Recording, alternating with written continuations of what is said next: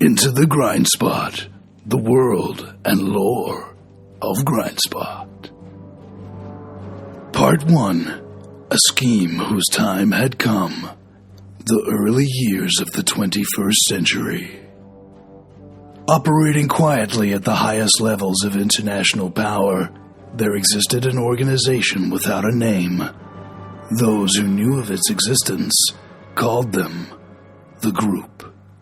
This organization had infiltrated the majority of the world's governments, intelligence agencies, and major corporations at the highest levels, using bribes, blackmail, and very real threats of assassination to recruit willing and unwilling participants alike into their plans to dominate the globe for the next 1,000 years.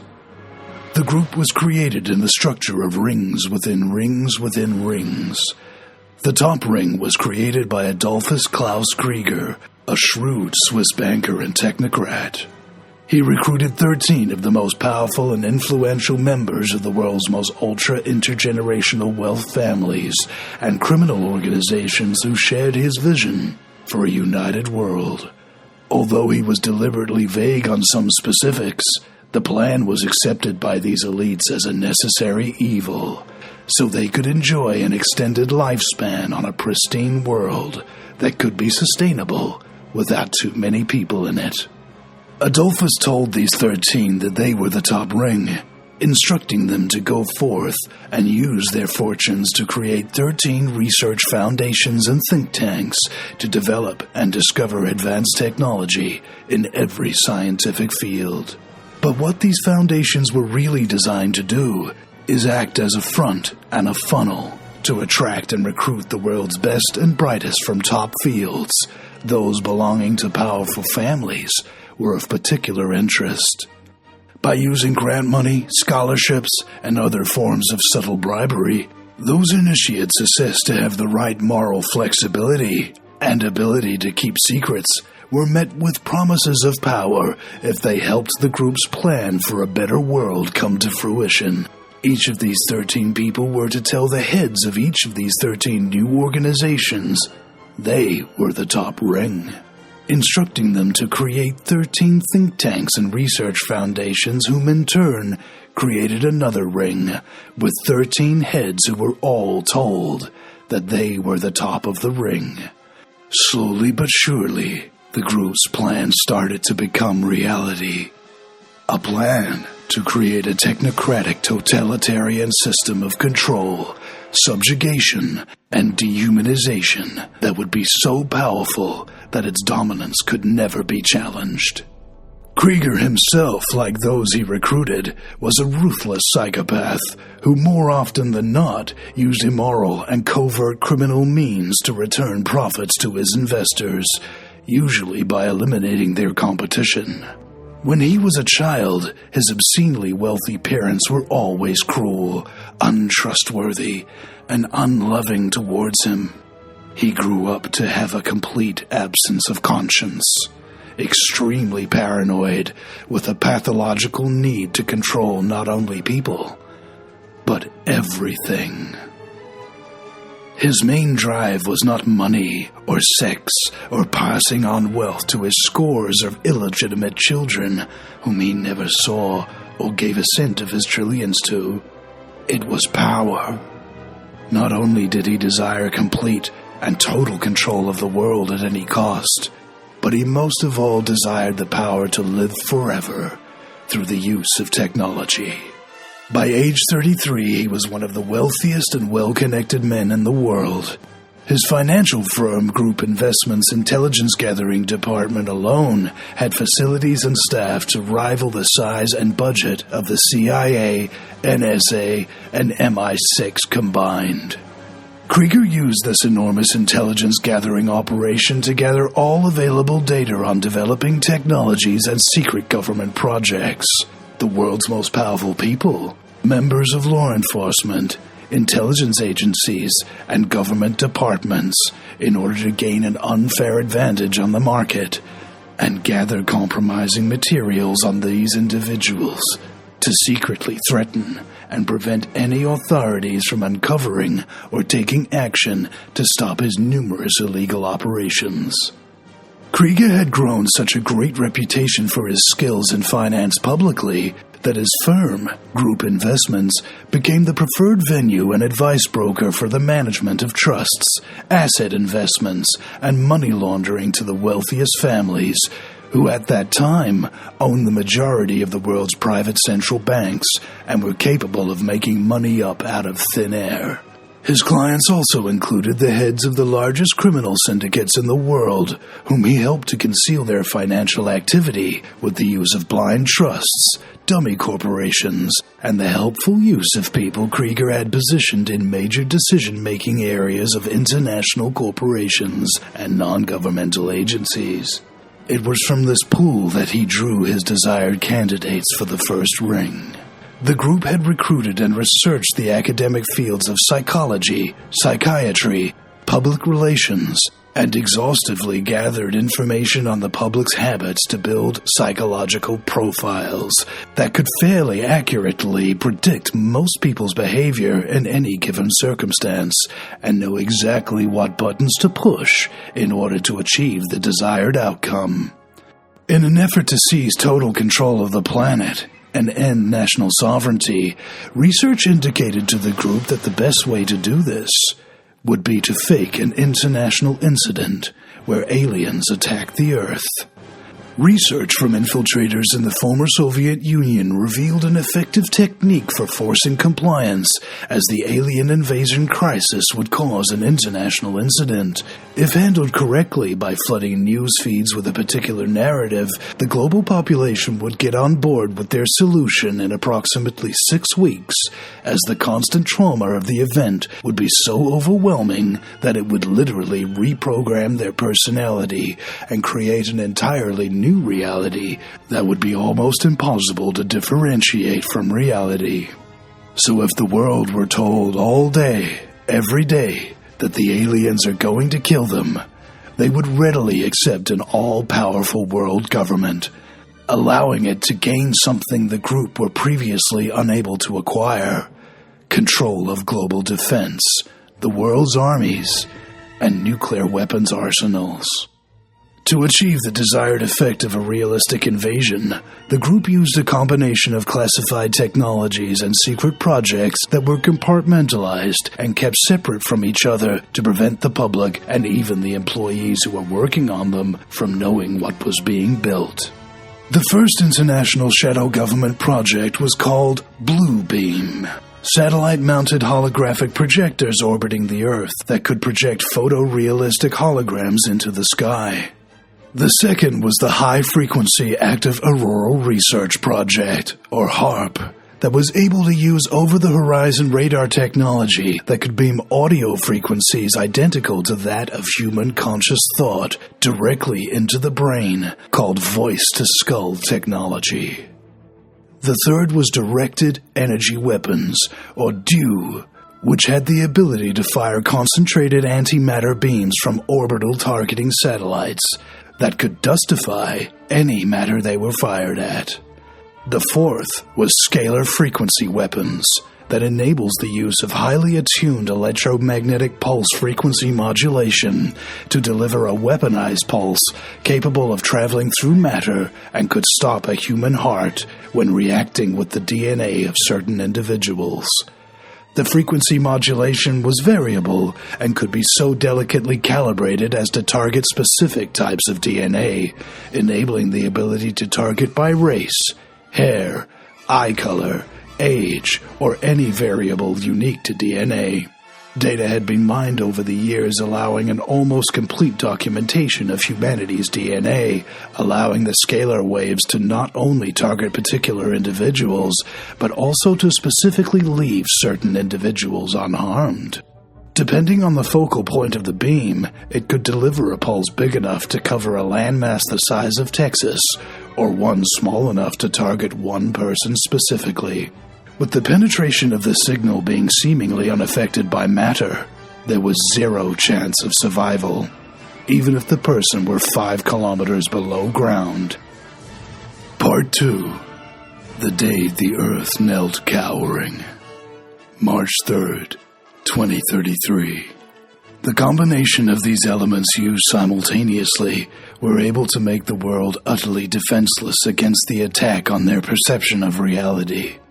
An alien invasion, as fantastical as that sounded at the time, seemed totally plausible because everyone could see and hear alien spacecraft all over the world, littering the sky in every nation, poofing landmarks into dust, making swaths of people drop dead seemingly at random, while leaving others miraculously unscathed.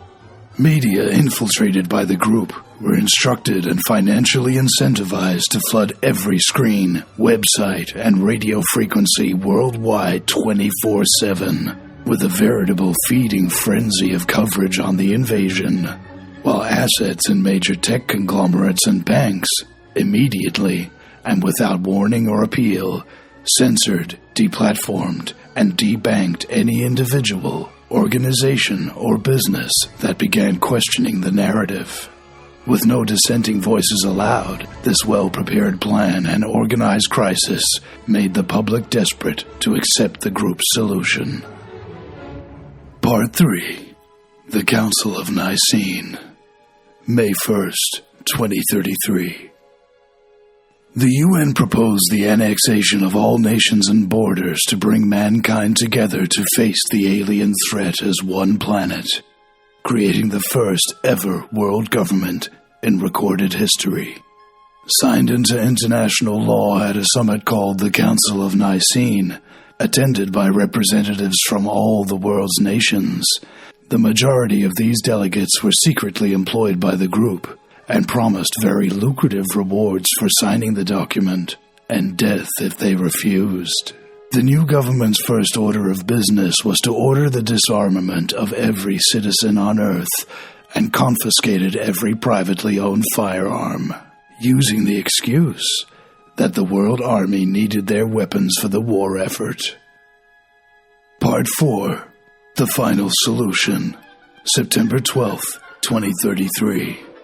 UN Strategic Command ordered the nuclear strike of key alien aircraft that had been repeatedly affirmed by leading experts and the world's media in the employ of the group to be the motherships and central command vessels of the invasion fleet. These ships were located in geographical locations with dense populations where the landmass would minimize the effects of fallout on the global biosphere. When struck, the alien ships worldwide appeared to suffer the effects of total annihilation, immediately and completely dissolving into nothingness, including those killed by exotic technologies and nuclear strikes the group deployed. 80% of the world's population was eliminated or had died of starvation and simple everyday diseases as supply chains collapsed and resources ran dry. In the aftermath, critical infrastructure damage led to a major crisis as millions of refugees tried to flee to other areas. With the alien threat defeated, the world government could now turn its attention to the real enemy, the people, specifically anyone who could challenge the group. In the months that followed, many powerful and influential people went missing under suspicious circumstances or turned up dead from apparent heart failure, including members of the group who had been instrumental in engineering the various crises that helped their plan succeed. Part 5. The Creation of the Superstates and Mega Councils. December 31st, 2033 to January 11th, 2049.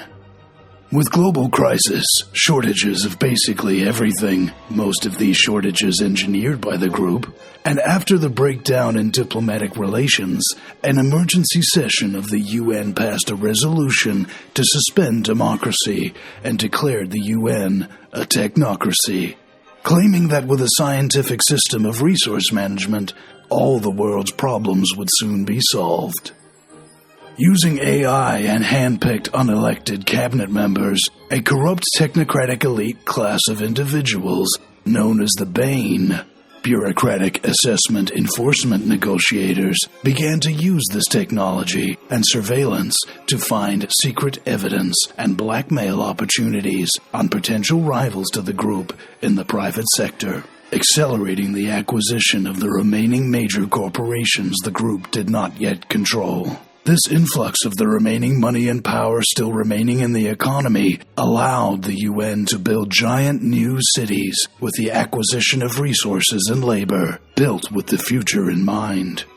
These cities had built-in surveillance with tightly controlled indoor farm operations the size of skyscrapers and energy generation facilities networked into the grid at key locations to provide power.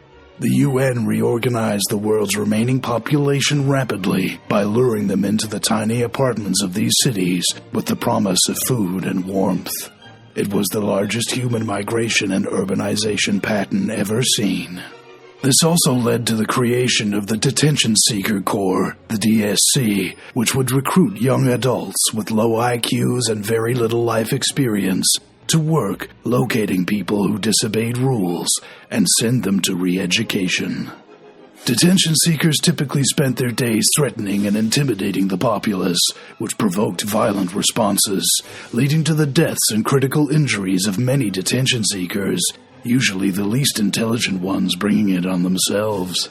The UN encouraged this bullying culture because it was necessary to acquire bodies and organic human tissue for the creation of the Robo-50, the Robotic Organism Build Order 50, cybernetic organism program, which was still under development.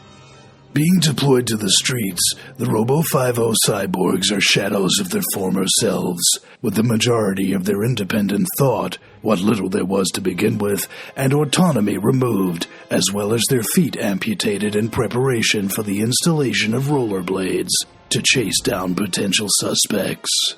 They are able to operate as police 24 hours a day without ever needing to sleep, or most importantly, get paid.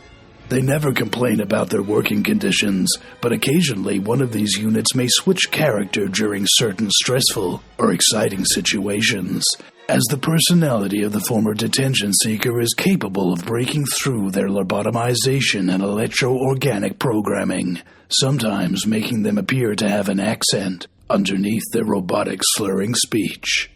Robo-50s were despised by the populace even more than the detention seekers, because almost every time they saw one, they'd be given a ticket for some obscure violation.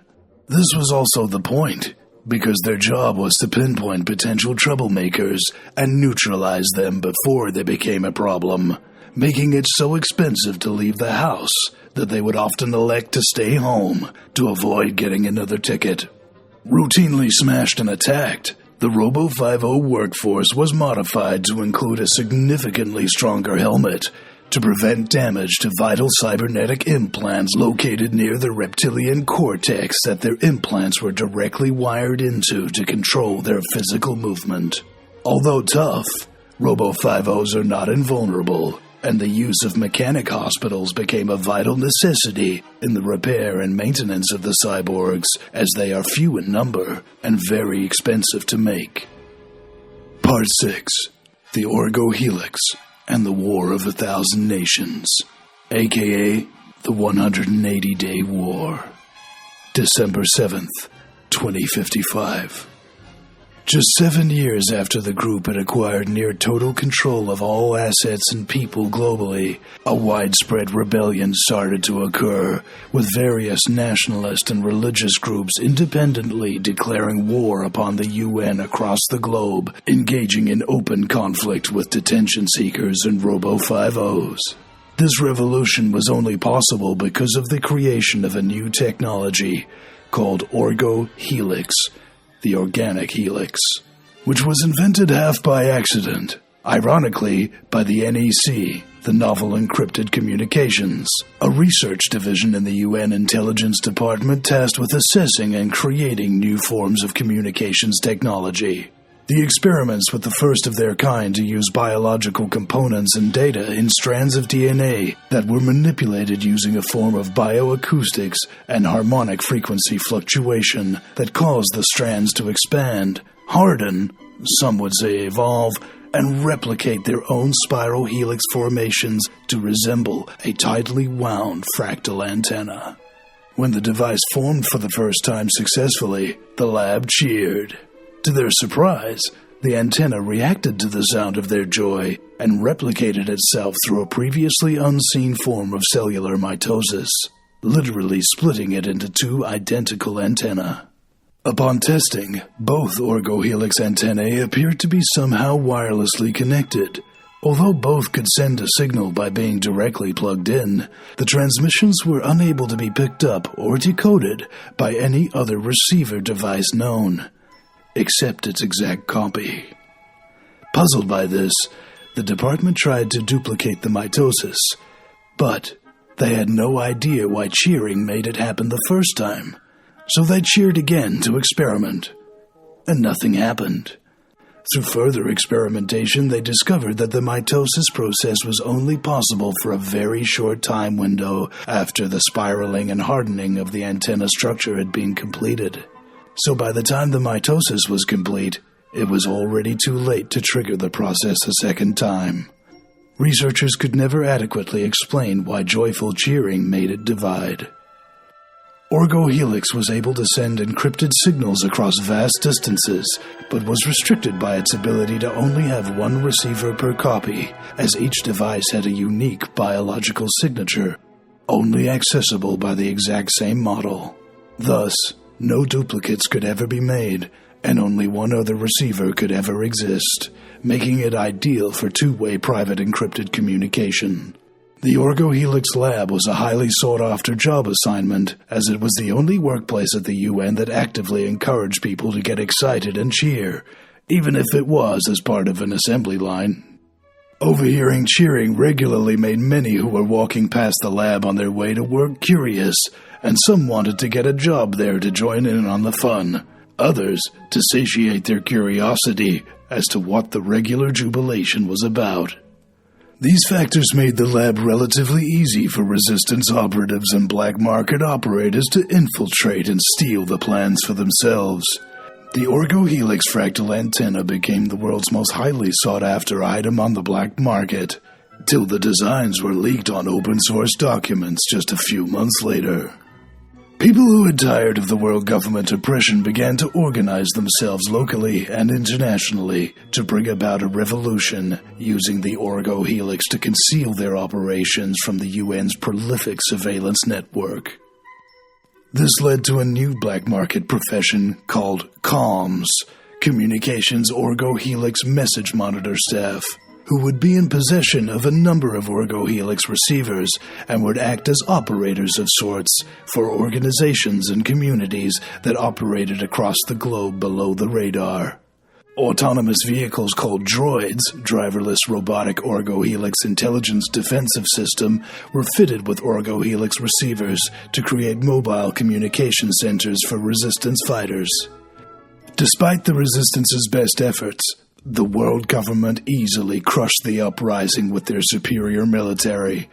The worldwide guerrilla war lasted just under 6 months, as resistance fighters were efficiently located and either chased down and eliminated by Robo-5Os or sent to re-education by detention seekers, their droids typically being confiscated and destroyed. It turned out the group was behind the uprising, deliberately radicalizing, funding, and arming rebel groups, and used the optics to justify their next phase of further consolidation. The Bane identified that it was commonality between peoples that presented the biggest threat to the UN technocracy. As a result, many religions, regional cultures, and communities that had not been infiltrated by the group were outlawed, and their members sent to re-education. As a safeguard against people coming together to oppose the UN in the future, the largest human forced resettlement program in recorded history was launched. The Great Diaspora. Part 7. The Great Diaspora. Dividing and Culturing. July 7th, 2056 to 2077.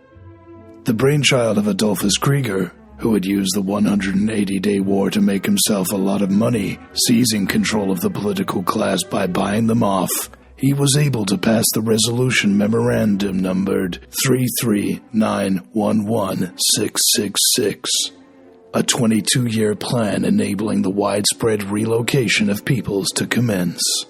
This operation was also used as a cover to move potential troublemakers and political rivals into areas of the world where they had no contacts or family. This neutralized their ability to pose any contest to the unbelievably more radical UN resolutions that Krieger and his paid, bribed, blackmailed, and threatened workforce were about to introduce. Families were split apart, and children, their parents, extended family, and communities were relocated to various areas around the world in a mixed ratio that meant people of similar ethnic or national backgrounds were divided. This ensured that the entire population would be so mixed that countless peoples with different languages and cultures were thrown together and forced to live in newly created communities where it was unlikely they would hear their mother tongue, prayers, or cultural traditions ever again. This process was not perfect to begin with, and often people would be forcibly relocated multiple times, having their new families and friend groups broken up over and over again. A significant uptick in the construction of orphanages occurred during this time, with child trafficking experiencing a similar boom. The UN-mandated orphanages where displaced children were sent after being separated from their parents were run by corrupt officials who would malnourish, abuse, and rent the children out to local elites by the hour. Children who found themselves in these institutions were rarely spared from this horror, and it was not uncommon for them to escape and never return. Preferring to live on the street with no food or caregivers, many of these street kids became plagued by alcoholism and drug abuse to try and outrun their trauma. But some of these escapee street kids found other ways to cope, many taking up skating and roller skating. The thrill of speed and the freedom that the disciplines gave them nourished their feelings of self-worth and esteem. Part 8. The Satraps and a Lasting Order, 2076 to today, 2084. In his final years of life, Adolphus Krieger was frustrated by his unsuccessful efforts to obtain eternal life. After 8 heart transplants, 28 surgical implants, and 103 years of life, he gave up on the idea and redoubled his efforts to finish the group's goal of total control. Dividing the superstates of Oceania, Americas, Unionia, Africara, and Asiatic into smaller micro-fiefdoms, the group appointed satraps, representatives of the native indigenous cultures in these regions, to rule over them. People from foul crime families were sought after to fulfill these roles. Sometimes the best candidate for the job was being favored because they could be more easily controlled due to having a lot to lose. With little qualifications needed, other than they had to come from a racial background native to that district, this practice led to many less than competent criminals being left in charge of major metropolitan centers, responsible for millions of lives. To protect the satraps, who were little more than criminals with immunity to the law, the UN created a sub-program in the detention seeker recruitment protocols, looking for more intelligent candidates who had a greater propensity towards violence and psychopathy. Usually from orphanages where abuse would occur, these children would be trained under brutal conditioning, making them almost immune to pain, stripping them of empathy and conscience. These new candidates exhibited horrific behavior when inducted into the detention seeker ranks as adults. If they proved themselves brutal and cunning enough, then they would ascend to the rank of agent and be bestowed the honor of serving directly beneath the satraps as their personal assassins. Agents are of the detention seeker organization, but usually answering only to the satraps who control their districts. Although they're so dangerous, sadistic, and bloodthirsty that even their co-workers and employers are afraid of them. With good reason. Many detention seekers, other agents, and even the occasional satrap had met with grisly ends at the hands of these terrifying figures who adorned themselves with trophies obtained from their victims. The widespread chaos the agents caused by random killings was planned to be used as a justification to implement even more measures to control the population, namely the timelines and nanotech grid. When Adolphus Krieger died in late 2077, he'd been so successful at keeping himself out of the spotlight that almost no one in the world knew who he was or what he had done to steer global events.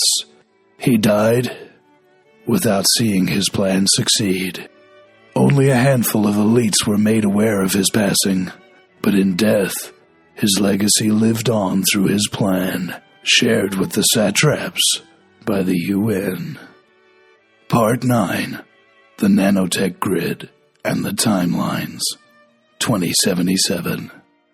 To further solidify control, nanotech was introduced into the food supply to infect the population with a self-replicating nanobot technology that would graft itself onto the subject's existing nervous system to create a dual nervous system, capable of sending and receiving data both to the nervous system itself and to the surveillance grid. Promoted by the government through a sustained period of propaganda, the public largely accepted it as being for the best. Unfortunately, though, when introduced, the nanotech was still in its experimental phase, and many died.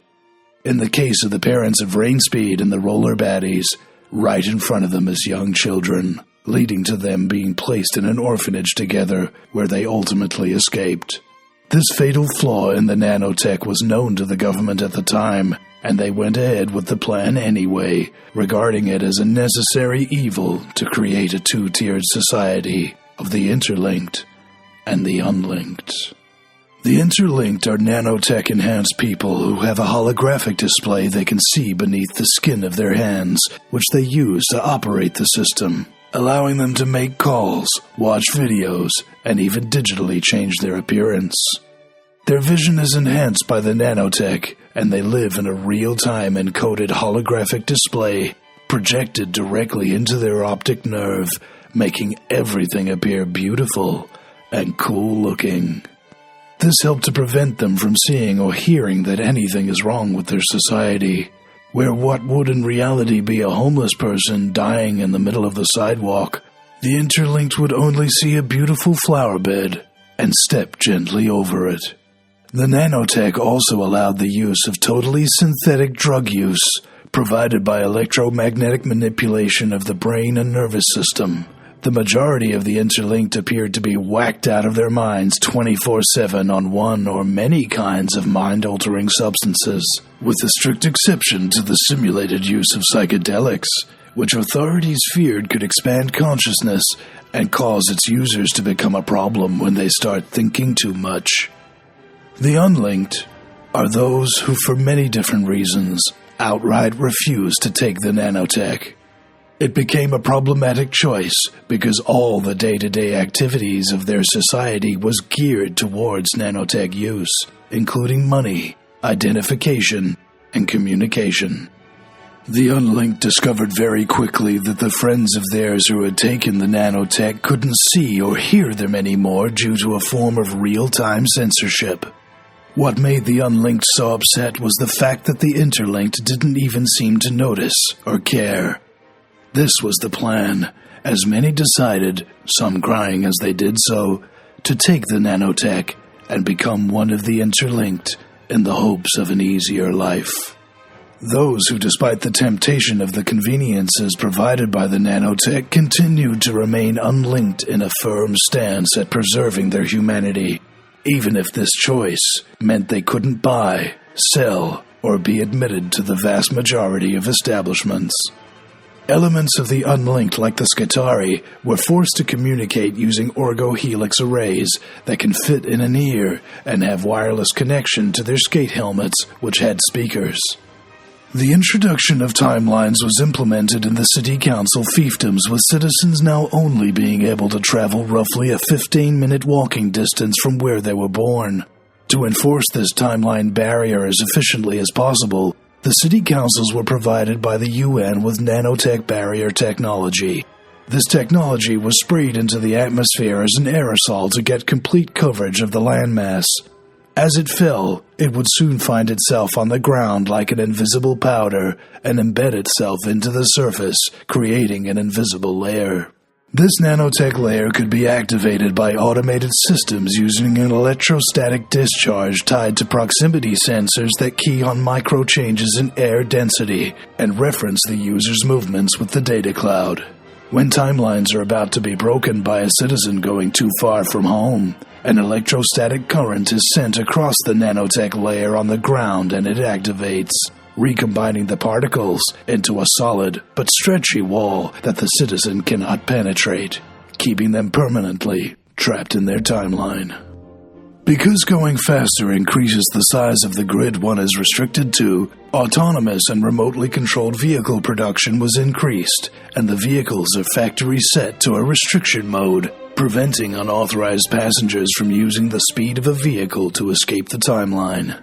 At the same time, private vehicles built before the timeline implementation, especially those with droids, driverless robotic Orgohelix intelligence defensive system, were outlawed.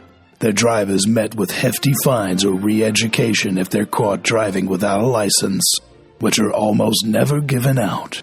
Certain authorized persons, professions, and government employees like satraps, detention seekers, and agents are exempt from the timeline restrictions and can move more freely than ordinary citizens.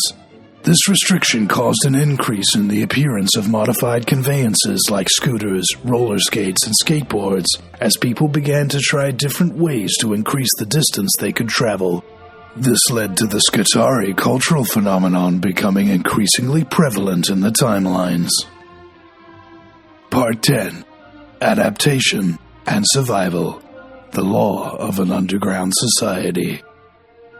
In response to the timeline implementation, a great many people were upset, and in order to survive with the restrictions, were forced to create a completely underground society that operated beneath the radar.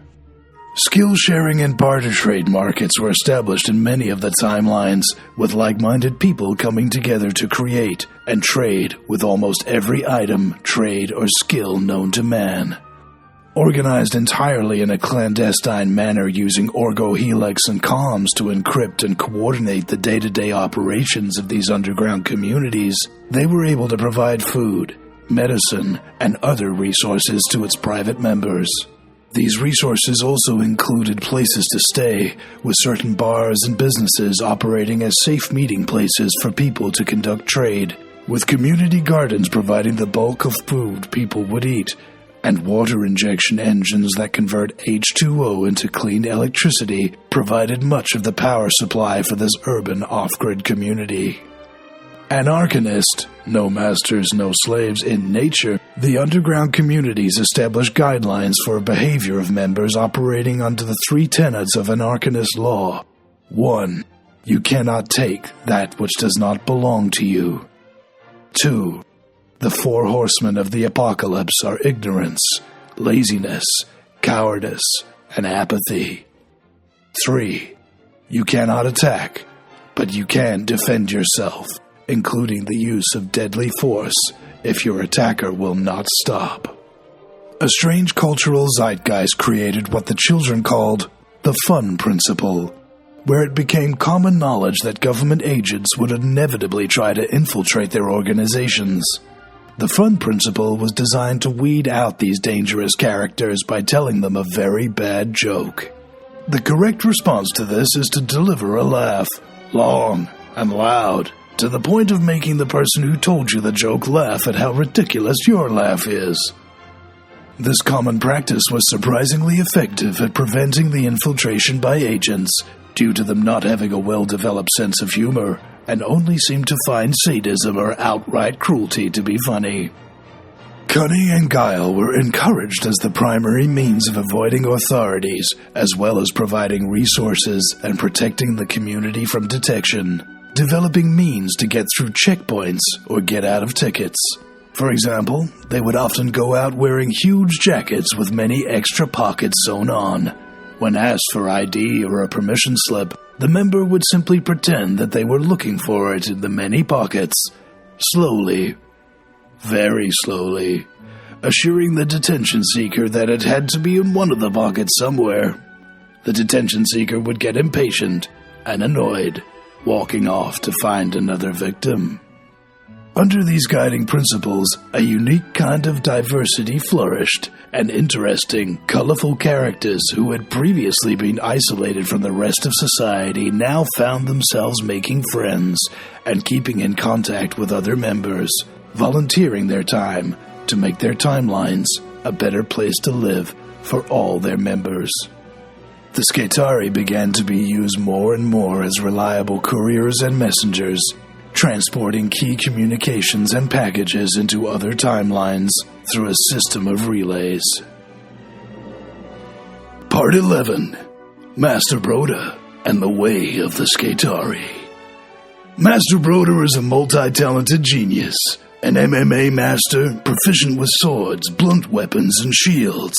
Also, a master skater, roller skater, and a deeply spiritual philosopher. He had suffered during the 180-day war working with the resistance on the battlefield, and subsequently lost his children, Ronald and Sharon, when the UN instituted the Great Diaspora, forcibly removing them from his care. This loss of stability in all areas of his life, coupled with the resistance's defeat, led him to retreat underground and cut himself off from human contact, electing to live in the sewers where he could read, practice martial arts, skating, and roller skating in the tunnels to keep his mind off his pain and buy himself time to work on his philosophy. Broda would surface occasionally for supplies, and this is how he met Sergeant Kickstart, who had been wounded in the 180-day war, not in combat, but by trying a skateboard stunt with a modified skateboard. Broda and he became friends. Kickstart brought Broda back from his time in self-imposed exile. The prevalence of street kids who had been displaced in the Great Diaspora led Broda and Kickstart to act as caregivers of sorts and provide a temporary shelter for runaways. One day, upon making a run for supplies, Broda's cache of food had been tampered with, many of the items stolen. Broda traced the steps of the thieves and came across a group of children with a young Aquaplane, Rainspeed, Smash Alice, Raid Star, Super Speed Senecus, Punk Skater Larry, and Slow Motion Maurice huddled around a burning garbage can, furiously eating his supplies. Broda startled them, and before they could get away, he grabbed little Rainspeed by the ear. The rest came to Rainspeed's defense, attacking Broda, who easily disarmed and subdued all of them with his remaining hand, in a gentle showing of his power. The children were still not scared of him, and displayed a courage that Broda respected. So he let Rainspeed go, put his hand forth, and said to the children, "Good, come with me. The street is no place for children with courage like yours, little ones." Kickstart met Broda at the entrance to the sewers beneath the Dagobah skate park. They took the children under their wing and gave them a place to stay, taught them to read, to think, fight one-on-one and as a team, to master the art of skating and acting as a unit in formations designed to overwhelm and confuse their adversaries. Broda raised them up not only physically, but also raised their level of consciousness, making them into capable and formidable young adults. Broda taught them the self-defense principle and the non-aggression principle, whereby the children were instructed never to start a fight, but if someone else starts a fight, it is their responsibility to stop it, by any means necessary, up to and including the use of deadly force. It was taught that there is a difference between people who are making a mistake and need to be taught a lesson, and those whose actions warrant no mercy. "I will never raise my board in anger," he made them say over and over again. During this time, it became apparent to Broda that each of the children had radically different personalities, and he tailored his teachings to each of them to suit their strengths. From his teachings came the way of the Skatari that blended philosophy, skating, and combat in 4 unique disciplines. The 4 Skatari disciplines: Scotum, or shield, enabling the defensive and offensive use of a skateboard as a shield. Matiola, or stick, teaching the wielding of skateboards as an offensive blunt weapon. Concordus, or harmony, teaches the finer points of gravity and pitch for using a skateboard to disable opponents without harming them, in a similar manner to Aikido. Gladius, or sword, involve fighting other skaters, using the board as a sword equivalent to practice fencing and footwork. Broda insisted the women be armed in order to better deal with their assailants, who would typically be male. He provided a mace to smash Alice, a monofilament frisbee to Aquaplane that could cut through anything, a hockey stick to Raid Star with specialized exploding pucks disguised as cupcakes, and an automatic rifle to Spin Cycle. Spin Cycle's coat has a unique property called the Chameleon Conceal, whereby it is much larger on the inside than it appears on the outside, enabling her to carry large items and gear undetected. The young girls loved their weapons and would often sleep snuggled up to them with smiles on their faces, which brought joy to Master Broda and reminded him of his daughter Sharon. Paired with the skaters during missions as couriers, the roller baddies, as they came to call themselves, acted as escorts and followed close behind to deal with anything the skaters couldn't handle alone. Kickstart would mentor the children as a mechanic, teaching them how to build and repair complex machinery. The way of the Skatari philosophy was instilled over long hours of study and practice, shaping the children's consciousness and raising it up. Many times the children would get frustrated by the complex nature of their learnings, to which Broda would always gently remind them, "It is not the big challenges that stand in your way. It is the smallest challenge that first you must conquer." Lesson 1. Courage. Teaching that the universe responds to bravery and despises cowardice. It's in the darkest of times that the smallest lights glow bright. Lesson 2. Gnosis. Teaching the knowledge of the world and how to differentiate it from belief by using the key questions of who, what, when, where, why, and how before considering something a fact. Without facts, we are lost.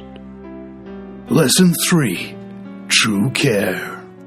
Teaches the value of truly caring for themselves, what they practice, and through this discipline comes self-respect and a value of caring for the well-being of others and meaningful pursuits. The 3 worst words in the universe are "I don't care." Lesson 4. Sacrifice. Teaches that without the ability to put oneself at risk or be willing to make the ultimate sacrifice, you don't really stand for anything. For only by accepting the responsibility of that which is required of you, even if it's everything, can true freedom be achieved. If you aren't prepared to risk everything, you stand to gain nothing. Underlying all these lessons is the 3 cornerstones of the Skatari belief: truth, love, and freedom. Truth is paramount, for without truth you cannot love, and without love you cannot have freedom. It all starts with truth. The truth about yourself and the truth of what is. So don't lie to others or yourself. The ultimate goal of the Skatari is what Master Broda called the Great Work, which is to end slavery. Unto this, Broda instructed that morality is objective, that right and wrong, like facts, can be measured, and that the truth is immutable. As the children grew into adults, Kickstart and Broda taught them about encrypted communications, guerrilla warfare tactics, how to evade authorities, demolitions, and explosives. When their training was complete, Broda instructed them to strategically hand themselves into the authorities for relocation into other timelines, splitting up the team so they could cover more ground, gathering intelligence, and organize the growing underground resistance, passing on Master Broda's teachings to other communities. They reconnected via courier messages passed by relay through the timelines and pinpointed the cantina as a natural nexus close to where all their timelines converged. There, Aquaplane and Rainspeed were outfitted with Orgohelix communications by Kickstart and coordinated by Comms, who had proven himself a reliable operator. With their fighting ability, speed, and non-aggressive approach, many of the Skatari men and women became sought after and elected by other members of the underground, become enforcers and local sheriffs in their timelines, sent to deal with members who violate the rules. When Master Broda died, it hit the Skatari and the communities they resided in with a wave of sadness. A state funeral was held in his timeline by the underground community, with many of the leaders of their society being present. But due to the timelines, none of the skaters or roller baddies were able to attend his funeral. This injustice and blocking of their ability to grieve properly and say goodbye to their master further cemented their hatred for the system and resolve to continue the great work, to honor Master Broda's memory and his teachings, to end slavery. While respected by their communities for keeping order, the Skatari were seen as a kind of militia by the government, and as their reputations grew, so did the interest of authorities in capturing them.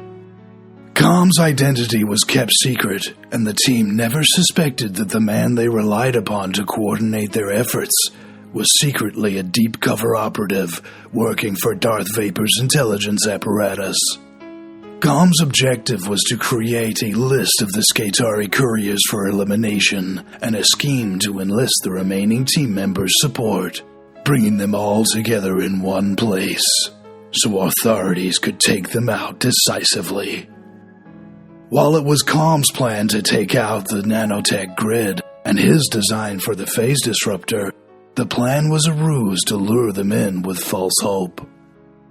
Due to the team's knowledge of electronics and mechanics, Comms had to be sure they'd take the bait. So the phase disruptor he created was technically functional, but a carefully placed fault in the wiring meant it would be unable to arm without specialist tools to realign its matrix. The phase disruptor itself was designed upon detonation to emit a pulse in 3 phases and radiate outwards. The electromagnetic pulse emitted by the first phase would disable any electrical system within the initial blast radius.